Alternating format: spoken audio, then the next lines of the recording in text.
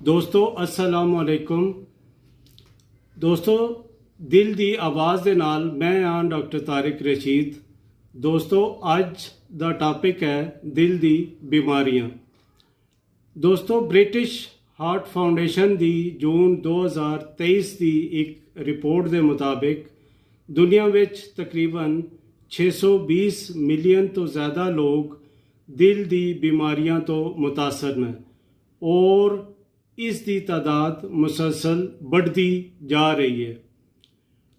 इसी रिपोर्ट के मुताबिक दुनिया विच हर 3 अमवात विचों एक मौत की वजह दिल की बीमारियां दे मुतलका है और 2021 विच तकरीबन 56,000 अमवात हर रोज़ होईयां ने और हर 1.5 सेकंड बाद एक मौत वाक़या हुई है।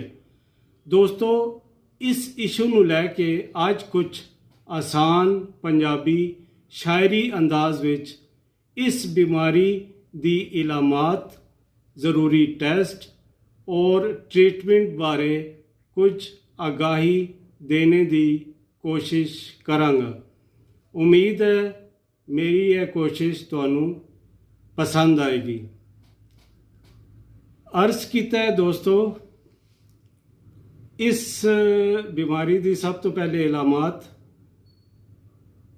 खब्बे सीने दर्द जे होवे, दर्द भी अगे पिछे होवे, सीने तो फिर मोंडे जावे, खब्बे बाजू विच भी जावे, मत्थे फिर पसीना आवे, दिल भी थोड़ा कटदा जावे, एवें लगे हूनी जिसरा जान जिसम तो निकली जावे।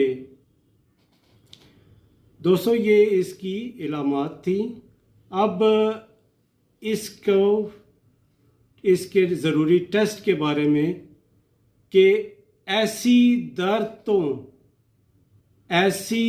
दर्द नूं हल्का ना लै, एस्प्रीन दी गोली खा लै, एमरजेंसी फौरन जाके ECG फौरन करवा लै। अब इसी के कुछ टेस्ट के बारे में कि एक्सरे इको टेस्ट ज़रूरी, लिपिड ट्रोपोनिन वीन ज़रूरी, ETTV टेस्ट ज़रूरी, एंजियोग्राफी भी है ज़रूरी। दोस्तों है कुछ टेस्टां दे बारे च दोबारा कि एक्सरे इको टेस्ट ज़रूरी, लिपिड ट्रोपोनिन वीन ज़रूरी, ETTV टेस्ट ज़रूरी, एंजियोग्राफी भी है ज़रूरी। कि जो भी सारी रिपोर्टा देख के डॉक्टर साहबान फैसला करनगे कि सब रिपोर्टा वेख के समझन, डॉक्टर जो भी बेहतर कर सन, सब रिपोर्टा वेख के समझन, डॉक्टर जो भी बेहतर कर सन, मेडिसन परहेज भी लिख सन, एंजियोप्लास्टी कैबिज कर सन। तो कैबिज दोस्तों है होंदा है कॉर्नरी आर्टरी बाईपास ग्राफ्ट, यानी है बाईपास ऑपरेशन आम जुबान विच कहने हैं इसनूं। तो ए दोस्तों मेरी एक हकीर जी कोशिश सी। उम्मीद है कि तुहानूं कुछ पसंद आई होएगी। तो अगली वीडियो तक डॉक्टर तारिक रशीद नूं इजाज़त दो।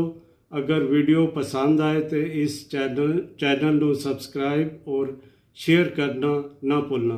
बहुत शुक्रिया। अल्लाह हाफ़िज़।